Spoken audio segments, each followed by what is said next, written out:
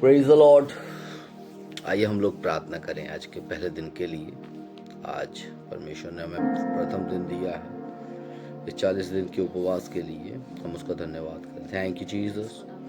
राजाओं के राजा, प्रभु के प्रभु, हम आपके पास आते हैं तमाम उन पिता परमेश्वर बातों को लेकर प्रभु, जो पिता परमेश्वर आपने हमारे जीवन में किए, उन कार्यों को लेकर पिता परमेश्वर जो आपने हमारे जीवन में घटित किए पिता परमेश्वर। प्रभु पिता परमेश्वर, आज के इस सुंदर दिन के लिए प्रभु धन्यवाद देते हैं, क्योंकि तूने हमें जीवितों की भूमि पर रखा और हम तेरी महिमा करना चाहते हैं। हमारे जीवन को इस्तेमाल कीजिए अपने नाम के निमित्त। अपने नाम के निमित्त पिता परमेश्वर हमारी अगुवाई करें। यीशु के नाम से मांगते हैं, आमीन आमीन। Praise the Lord, hallelujah. Day first, पहला दिन, और हम लोग आज सीखने जा रहे हैं बहुत सारी बातों को, क्योंकि खुदावंत राजाओं का राजा, प्रभुओं का प्रभु हमारे बीच में है ना। सो प्रभु ने हमें नया दिन दिया है, इसलिए हम उसका धन्यवाद करें आज के इस दिन में, उसके नाम को महिमा दें।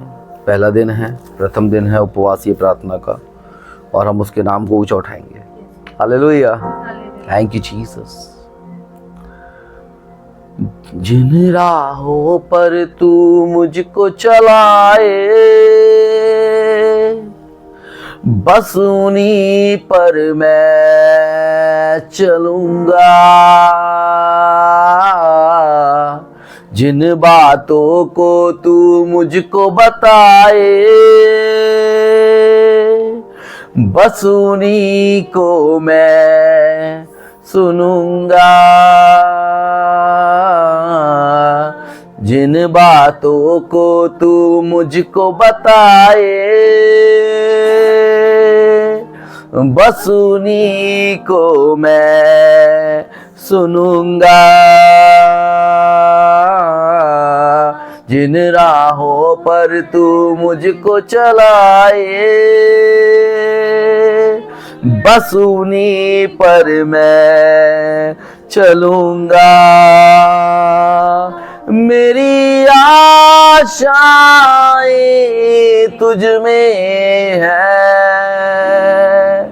पवित्र आत्मा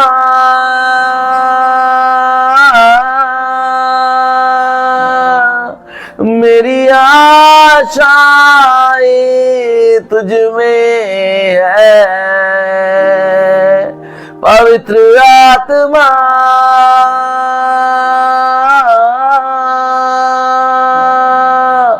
पवित्र आत्मा हमारे बीच हो विराजमान। आज तू पवित्र आत्मा हमारे बीच हो विराजमान। आज तू जो मर्जी चाहे वो करूं तो, सब कुछ मैं तुझ में पाऊंगा।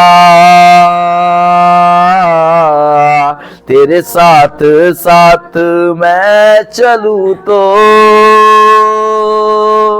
कभी तू गिरने ना देगा। तू जो मर्जी चाहे वो करूं तो, सब कुछ मैं तुझ में पाऊंगा। तेरे साथ साथ मैं चलूं तो, कभी तू गिरने ना देगा। मेरी उम्मीद तुझ में है, पवित्र आत्मा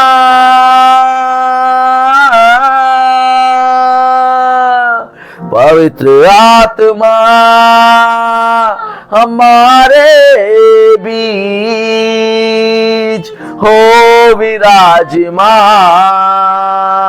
आज तू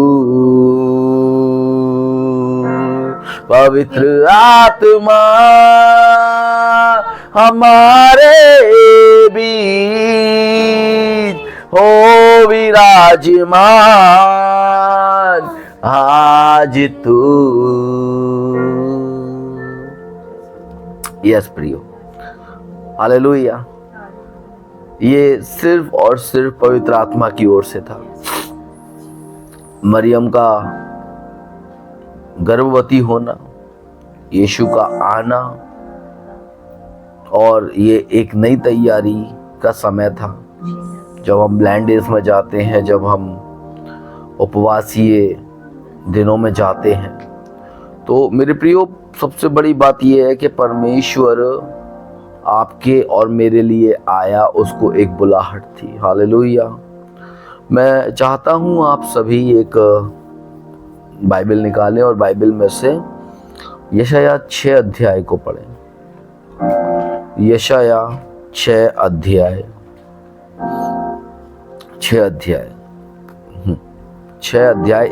1 से लेकर 7 तक आप पढ़ें। और बाइबल उस प्रकार से बताती है, क्या लिखा है। जिस वर्ष उज्जिया राजा मरा, मैंने प्रभु को बहुत ही ऊंचे सिंहासन पर देखा। और ये बात यशाया लिख रहे हैं। वो कहते हैं उससे ऊंचे पर सराप दिखाई दिए। ऊंचे सिंहासन पर उसने खुदा को देखा, परमेश्वर को देखा। और उसके ऊपर उसने उससे भी ऊंचे पर सरापों को देखा। उनके 6 पंख थे, 2 से वे अपने मुंह को ढांपे थे, और 2 से अपने पांव को, और 2 से उड़ रहे थे। बाइबल बताती है सेनाओं का यहोवा पवित्र पवित्र पवित्र है, सारी पृथ्वी उसके तेज से भरपूर है। और ये वो गा रहे थे, ये वो बोल रहे थे। कौन बोल रहे थे? सराप, जिनके 6 पंख हैं और जिनमें से 2 पंखों से वो अपने मुंह को ढांपे हुए हैं। हालेलुया। बाइबल बताती है और पुकारने वाले के शब्द से डेवड़ियों की नींवें डोल उठी। जो पुकार रहा था, जिसके जो शब्द थे, सिर्फ शब्द बोलने से उनकी नींवें डोल उठी, उनकी डेवड़ियों की नींवें डोल उठी। बाइबल बताती है और भवन जो है धुएं से भर गया। तब मैंने कहा हाय हाय मैं नष्ट हुआ। तब यशायाह कहते हैं हाय हाय मैं नष्ट हुआ, क्योंकि उसने बोला मैं अशुद्ध होठ वाला मनुष्य हूं और अशुद्ध होठ वाले मनुष्य के बीच में रहता हूं, क्योंकि मैंने सेनाओं के यहोवा महाराजा धीराज को अपनी आंखों से देखा है। वो कहता है तब एक सराप हाथ में अंगारा लिए हुए, जिसे उसने चिमटे से वेदी पर से उठा लिया था, मेरे पास उड़कर आया और उसने उससे मेरे मुंह को छूकर कहा, देख इसने तेरे होठों को छू लिया है, इसलिए तेरा अधर्म दूर हो गया है और तेरे पाप क्षमा हो गए। हालेलुया। मेरे प्रियो, ये यूं ही नहीं है, ये यूं ही नहीं है। 8वें वचन में लिखा है तब मैंने प्रभु का यह वचन सुना, मैं किसको भेजूं और हमारी ओर से कौन जाएगा। तब मैंने कहा मैं यहां हूं। तब मैंने कहा जब मेरा पाप क्षमा हो गया कि मैं यहां हूं, मुझे भेज। उसने कहा जा और इन लोगों से कह, सुनते ही रहो परंतु ना समझो, देखते ही रहो परंतु ना बूझो। मेरे प्रिय, ये ऐसे कठोर शब्द हैं जिन शब्दों के बारे में मैं आपको बता रहा हूं, ये बहुत ही खतरनाक शब्द हैं। हालेलुया। क्योंकि हम लैंडेज में हैं और लैंडेज में मैं आपको ये शिक्षा इसलिए दे रहा हूं, ये बात मैं इसलिए बताना चाहता हूं क्योंकि यहाँ पर अधर्म को दूर करने के लिए, पापों को क्षमा करने के लिए कोई आ रहा था। और पापों को क्षमा करने वाला जो आ रहा था उसको भी लोग ग्रहण नहीं कर रहे थे। और जब ग्रहण नहीं कर रहे थे तो मैं आपको बताना चाहता हूं, बाइबल बताती है कि लोगों का मन मोटा था, लोगों का मन कठोर था, लोग भविष्यवक्ताओं की बातों को नहीं सुनते थे, क्योंकि परमेश्वर ने बातें करना बंद कर दिया था और लोगों ने अपने मनों को इतना कठोर कर लिया था कि अब वो कह रहे थे आप कौन आएगा, कौन आएगा, कौन आएगा। बाट जो रहे थे लेकिन विश्वास नहीं था। हालेलुया, है ना। बाइबल बताती है 10वें वचन में, तब तू इन लोगों के मन को मोटा, उनके कानों को भारी कर और उनकी आंखों को बंद कर ऐसा ना हो कि वे आंखों से देखें और कानों से सुने और मन से बूझें और मन फिराएं और चंगे हो जाएं। तब यशायाह कहता, तब मैंने पूछा, हे प्रभु कब तक, हे प्रभु कब तक ठूठ रहेगा? नगर उजाड़ दिया जाएगा, लोग नाश कर दिए जाएंगे, लोगों के मन मोटे हो जाएंगे, लोग ग्रहण नहीं करेंगे, लेकिन पवित्र वंश का ठूठ जो है बना रहेगा। Hallelujah, hallelujah. क्योंकि बाइबल बता रही है मेरे प्रियो यहाँ पर कि परमेश्वर ने अपने वचन के अनुसार यहाँ पे हमने कुछ और चीजों को देखा है। मत्ती की पुस्तक 13 अध्याय निकालेंगे, उसका 14 और 15 पद भी पढ़ेंगे। जैसा कि हमने देखा 9 और 10 पद में जो हमने पढ़ा है ना, 9 और 10 पद में हमने जो पढ़ा है कि उसने कहा, जाओ और इन लोगों से कह, सुनते ही रहो परंतु ना समझो, देखते ही रहो परंतु ना बूझो। मत्ती की पुस्तक 13 अध्याय उसका 14 और 15 पद। मत्ती की पुस्तक 13 अध्याय क्या लिखा है? 14 और 15। पढ़ो। उनके विषय में यशायाह की यह भविष्यवाणी पूरी होती है। यशायाह की ये भविष्यवाणी पूरी होती है। तुम कानों से तो सुनोगे, पर सुनोगे नहीं, पर समझोगे नहीं। और आंखों से तो देखोगे, पर तुम्हें ना सूंघोगे। 13 वचन पढ़ेंगे पहले। मैं उनसे दृष्टांतों में इसलिए बात करता हूँ कि वे देखते हुए नहीं देखते और सुनते हुए नहीं सुनते और नहीं समझते। उनके विषय में यशायाह की यह भविष्यवाणी। उनके विषय में ये यशायाह की भविष्यवाणी। अभी यशायाह क्या कह रहा था? यशायाह से परमेश्वर कह रहा था कि उनके मन को मोटा कर दे और उनको क्या करना तू। तब मैंने क्या सुना वचन, किसको मैं भेजूं, हमारी ओर से कौन जाएगा? तब मैंने कहा, मैं यहाँ हूँ, जा तू इन लोगों के मन को मोटा और इनके कानों को भारी कर, इनकी आंखों को बंद कर, ऐसा ना हो कि ये आंखों से देखे, कानों से सुने और मन से बूझे, मन फिराए और चंगे। ये एक बहुत चुनौती वाली बात है कि ये अगर मन फिरा लेंगे चंगे हो जाएंगे, लेकिन परमेश्वर क्या चाहता है? सिर्फ पवित्र जनों को चाहता है। हालेलुया। बाइबल बता रही है यहाँ पर, उसने इस प्रकार से लिखा है। यहाँ पर हम जब देखते हैं तो बाइबल में लिखा है मेरे प्रियो कि लूका 8:10 में भी लिखा है, यूहन्ना 12:40 में भी लिखा है ना, और प्रेरितों का 8 में भी लिखा हुआ है। अगर आप चाहेंगे तो, आप पढ़ना चाहेंगे तो, है ना। लेकिन मैं आपको सिर्फ इतना बताना चाहता हूँ कि जब एक व्यक्ति का बुलाहट आता है तो वो बुलाहट में कठोरता होती है, वो बुलाहट के अंदर दृढ़ क्रम होते हैं, दृढ़ निश्चय स्थिरता के कदम होते हैं, और उस बुलाहट के अंदर उस व्यक्ति को वो बोलने के लिए बोला जाता है जिसके लिए वो तैयार नहीं होता है। यूहन्ना आया, यूहन्ना ने कठोर शब्दों का इस्तेमाल किया। यीशु आया, यीशु ने कठोर शब्दों का इस्तेमाल किया। तुम्हारी बुलाहट अगर है प्रभु में तो कठोरता के शब्द तुम्हारे मुंह में डाले गए हैं, क्योंकि परमेश्वर ने यशायाह से भी कहा उनके मनों को कठोर कर दे। यशायाह की ये भविष्यवाणी पूरी, क्योंकि वाकई में जब यीशु मसीह बता रहे थे मन फिराओ स्वर्ग का राज्य निकट है, यूहन्ना बता रहा था स्वर्ग का राज्य निकट है, मन फिराओ, तब क्या किया उन्होंने? यूहन्ना को जेल में डलवा दिया, यीशु को मरवा दिया। और जब उसके बाद उन लोगों ने देखा कि यहाँ पर तो पवित्र वंश का ठूंठ उत्पन्न हो गया है, चेलों ने बोलना शुरू किया पवित्र के मन फिराओ क्योंकि स्वर्ग का राज्य निकट है, वो दोबारा बादलों पर आएगा। तब उन्होंने उन्हें भी मरवा डालना चाहा। फिर भी पवित्र वंश का ठूंठ कायम रहा, और पवित्र वंश का ठूंठ आज पूरे वर्ल्ड में है, पूरी दुनिया में है।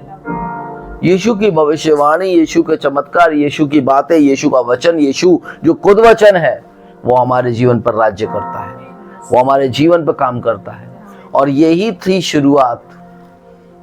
शुरुआत उपवासीय प्रार्थनाओं से कि प्रभु यीशु जब आया तो उसने फास्टिंग किया, और फास्टिंग के पहले दिन में सबसे पहले उसने अपनी इस बात पे ध्यान दिया कि मुझे बुलाया क्यों गया है। यीशु कितने दिन में उपवास रहा? और उपवास में सबसे पहले कदम क्या था उसका? हम्म, मुझे बुलाया क्यों गया? उसने अपनी बुलाहट पर फोकस रखा, उसने अपनी बुलाहट पर फोकस रखा, है ना। बुलाहट पर फोकस रखने से ही बुलाहट पूरी होती है। हालेलुया, हालेलुया, है ना। बुलाहट पर अगर फोकस नहीं रखेंगे तो बुलाहट पूरी नहीं होगी। और यीशु ने बुलाहट पर फोकस रखा सिर्फ इसलिए क्योंकि प्रभु यीशु जानता था कि मुझे कठोर शब्द बोलने के लिए भेजा गया है। उसने जब कहा कि मेरा पिता मुझ में, मैं पिता में वास करता हूं, तो लोगों ने कहा तू कैसे कह सकता है, तू क्या मरियम का पुत्र और यूसुफ का पुत्र नहीं है? तब लोग तुम्हें जज करना शुरू कर देंगे। जब तुम कठोरता की बात कहना शुरू करोगे, लोग तुम्हें इग्नोर करना शुरू कर देंगे। इसलिए प्रभु यीशु मसीह के वचन में लिखा है कि वो देखते हुए ना देखें और सुनते हुए ना सुने, ऐसा ना हो कि वे मन फिराए और चंगे हो जाए, क्योंकि परमेश्वर चाहता है कि वो लोग परिपक्व हो जाए। परमेश्वर चाहता है कि वो हृदय से नहीं, मेरे दिमागों से मेरी बातों को ग्रहण न करें। कैसे? आत्मा से, पवित्र आत्मा से मेरी बातों को वो ग्रहण करें। और जब परमेश्वर की बातों को कोई पवित्र आत्मा के द्वारा ग्रहण नहीं करता है तो उसको वो समझ में भी नहीं आती है। इसलिए परमेश्वर ने जब आत्मा दिया तो परमेश्वर के वचन में लिखा है कि जब वो पवित्र आत्मा तुम पर आएगा, सहायक के रूप में जो आएगा, तुम सामर्थ्य पाओगे और जो बातें मैंने तुम्हें मानना सिखाई है उनमें से वो ले लेकर तुमको बताएगा। और वो पवित्र आत्मा ही सारी बातों की अगुवाई करेगा। इसलिए बुलाहट में चलने के लिए इस समय पर केवल और केवल और केवल एक ही चीज है, वो है पवित्र आत्मा। एक ही परमेश्वर है, वो है पवित्र आत्मा, और वो ही हमारी अगुवाई करेगा। आज के पहला दिन यीशु ने अपनी प्रथम बात को महत्व दिया और वो थी बुलाहट। यीशु ने सबसे पहले किसको महत्व दिया? सेवा की बुलाहट को। अगर सेवा की बाकी में बुलाहट है लोगों के जीवन में, चाहे कोई विश्वासी है, चाहे कोई पास्टर है, चाहे कोई भी अगुवा है, किसी भी प्रकार का लीडर है, तो उसको अपने बुलाहट पर डटे रहने के लिए हमेशा पवित्र आत्मा की जरूरत है। हालेलुया। बिना पवित्र आत्मा के कुछ भी नहीं है। और अपनी बुलाहट पर फोकस रखने की जरूरत है। अपनी बुलाहट पर फोकस रखें और अपनी बुलाहट में चलें। यीशु हमें यही सिखाते हैं। हालेलुया। जय मसीह की। खुदा आपको आशीष दे। पहला दिन आपके लिए, उपवासी दिन जो है, आपके लिए बहुत अच्छा हो। और मैं विश्वास करता हूँ कि हम लोग बहुत सारे लोगों के लिए प्रार्थना करेंगे। और ये दिन है उन लोगों के लिए प्रार्थना करने का जो हमारी फैमिलीज़ हैं, जो हमारी चर्च फैमिलीज़ हैं, ख़ास तौर से, क्योंकि हम चर्च फैमिलीज़ के लिए इसलिए प्रार्थना कर रहे हैं, चर्च के परिवारों के लिए इसलिए प्रार्थना कर रहे हैं क्योंकि उन सबके जीवन में प्रभु यीशु मसीह है और प्रभु यीशु मसीह ने उनको एक उद्देश्य से बुलाया है। आइए प्रार्थना करें। पिता,